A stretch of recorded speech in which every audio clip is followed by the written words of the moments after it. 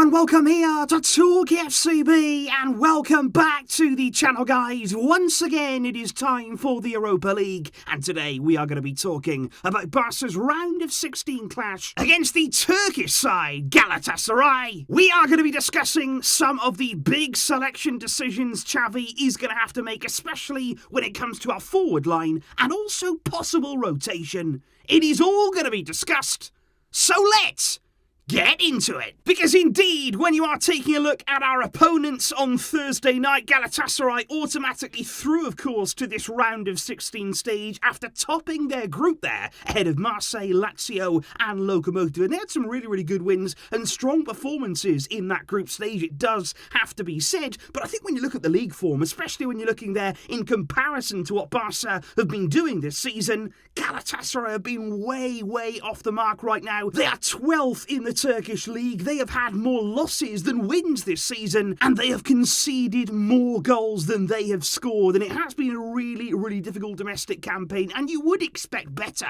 from a team of the stature of Galatasaray. And I think when you look at the form in particular coming into this game, they had a really bad end to 2021. They were knocked out of the Turkish Cup to lower league opposition, and look at that January period there, the worst possible start to the new year. It does have to be said that they have picked things up in recent weeks. A very strong February by all accounts, although they did lose again at the weekend, which may have just dented their confidence coming into this game. But I think what's really important here, and we have spoken about it since that game against Elche, is the fact that, you know what, you can't underestimate any opponent. You can't come into this game and think, okay, Galatasaray, they're having a poor season domestically, so we're going to walk all over them, because you've got to turn up, you've got to raise your game, you've got to make sure that you're at your level to provide that kind of quality. And as we saw against Elche, any team there is capable of putting in a performance, really making us work hard and putting us on the back foot at times. And what we do not want to do here is slip into any false sense of security, and what we have to eliminate is any complacency at all. Because let me just say this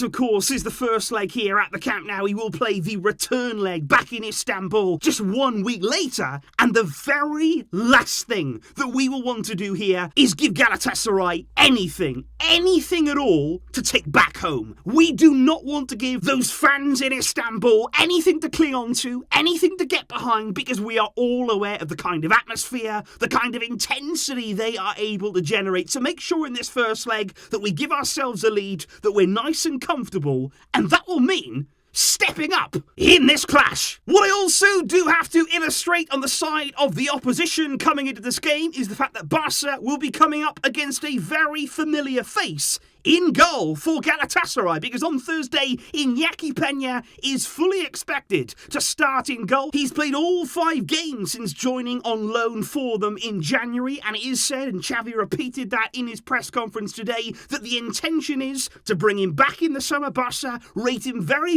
highly, and we will make a decision then about his future. And it is being said that this game tomorrow at the Camp Nou could almost be treated as an audition in front of a big crowd there, in front of all of the club watching on, but we probably still don't want him to have the game of his life. And one player too, who is a very familiar face indeed to all of us, is Arda Turan. And I should mention that he is still on the books at Galatasaray. He's still registered to play there. But unfortunately, he's not going to be available to play tomorrow. He's out right now with some injury/fitness issues. And according to sources in Turkey, they fully expect him to retire in the summer. But on to Barca. And especially, I want to look here at Xavi's options in the forward line coming into this game, because obviously we do have Adama Traore. I thought he was very good when he came on against Elche, causing real danger, and I think he was unlucky actually not to score or definitely assist in that game. You've got Aubameyang, of course, who started that game against Elche, and you have Ousmane Dembele, who also did as well. We have Memphis, who came off the bench again and got himself on the score sheet, just like he did against Athletic Club. You've got Ferran Torres, who also came off the bench against Elche and was very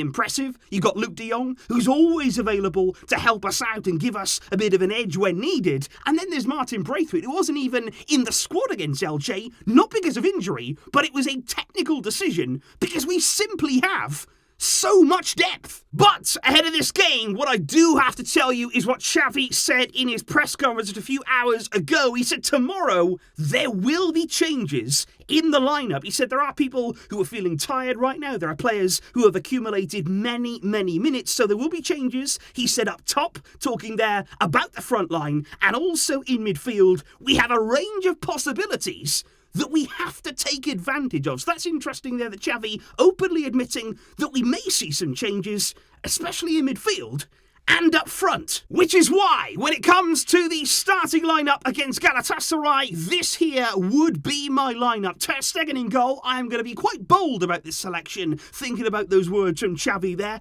Dest, of course, is going to play at right back. Jordi Alba should be fine and fit to play at left back, with, for me, Araujo and Piqué at centre back, because obviously Xavi there didn't really talk about defence when he was talking about changes, so I think there may be he'll line up with a strong, solid and consistent defensive line, although I wouldn't be too surprised to see Eric Garcia if he wanted to make a change. But I think then in midfield, I think surely we are going to see again Sergio Busquets given a little bit of rest. We saw it in the first leg against Napoli, and I think there, if you're going to rest Busquets against Napoli, surely you would do the same here in the first leg at the Camp Nou against Galatasaray. So I think Frankie in that deeper role. Could you then have Nico Gonzalez in the interior position, maybe alongside Pedri? I would also give a shout there to Ricky Puig. Xavi has spoken a lot about wanting to give him minutes. Maybe in this game there could be an opportunity and a window there to introduce Ricky. And then of course the front line. I think whatever you want to do, whatever rotations you want to make in this area, you can do it because we certainly have the options. But I think possibly it's going to be Adama Traore out on that right hand side. He's been really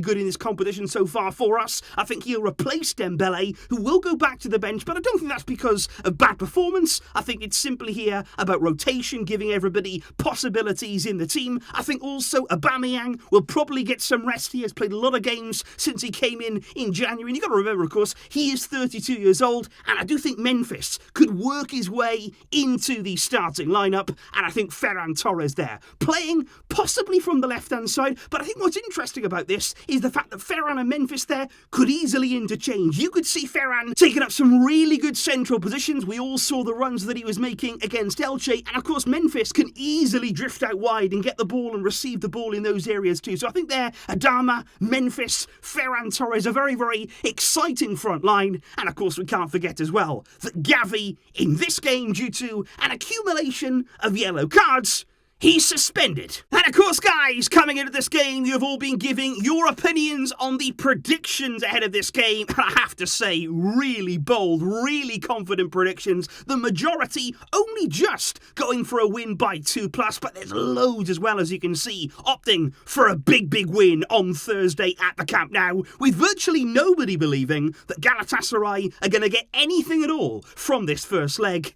And I am actually going to go with the same prediction as I did against Elche. I predicted 3-0 there. It didn't work out. I'm going to try again. Barça 3, Galatasaray 0. Let's start here on the front foot. Let's take the game to them. Let's play with confidence. Let's excite the crowd. And like I say, we have to get here a good lead, a nice cushion ahead of that second leg, and eliminate all of the hope from our opposition. Let's hope for another special European night. And of course tomorrow, guys, I will be here for all of the reaction. Thank you indeed for watching, for getting involved, and of course, as always, for your support. I'll be seeing you soon. But until next time, as always, Visca El Barça.